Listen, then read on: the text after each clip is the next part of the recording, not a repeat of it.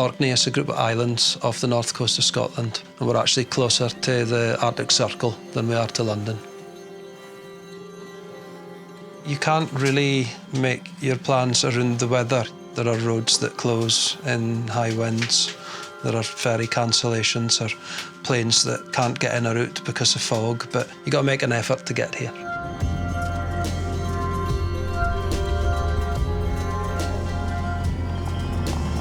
Orkney is an extraordinary place because it has so much innovation, which is completely unexpected.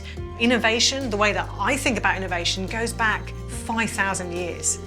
One of the things that Orkney is also incredibly famous for is its UNESCO World Heritage Site, its Neolithic prehistoric archaeology.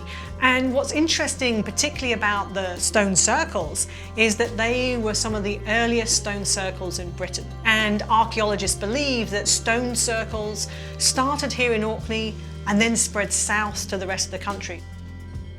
So when we're talking about energy in Orkney, it's not invisible.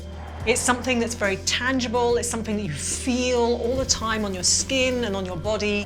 You become very aware of your energy infrastructure. Right now, we have 3 times as many electric cars in Orkney as anywhere else in the country. We have over 700 micro wind turbines. Orkney's been generating over 120% of its electricity needs from renewable energy since 2013. Orkney is generating more electricity than it needs, and it needs to send that electricity south. It means that someone putting the kettle on or plugging in their electric vehicle in the south of England are actually potentially drawing on renewable electricity that's made here in Orkney, often from local community wind turbines. And I think that's really, really exciting to remember that the work that communities are doing here in Orkney is actually having an effect all across the country.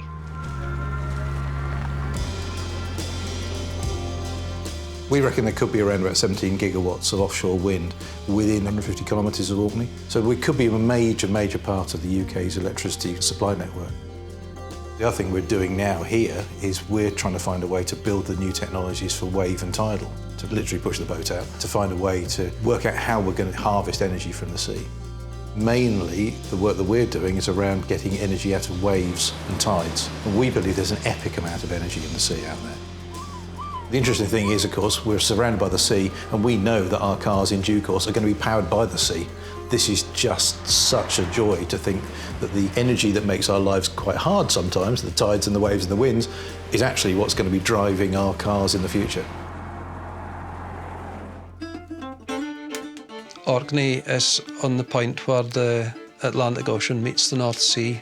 The musical scene up here is really interesting. We were the last stopping point for a lot of ships, so there's different influences in our traditional music. I was born here and went to school in Orkney, and like a lot of folk, I wanted to get away and studied in Scotland. But then the pull of the islands took me back 10 years later. Came home with a young son in tow. I think people here are very, very aware of the fact that Orkney produces more energy than we need. A lot of the community centres have got their own turbines, and it makes for a really clean place.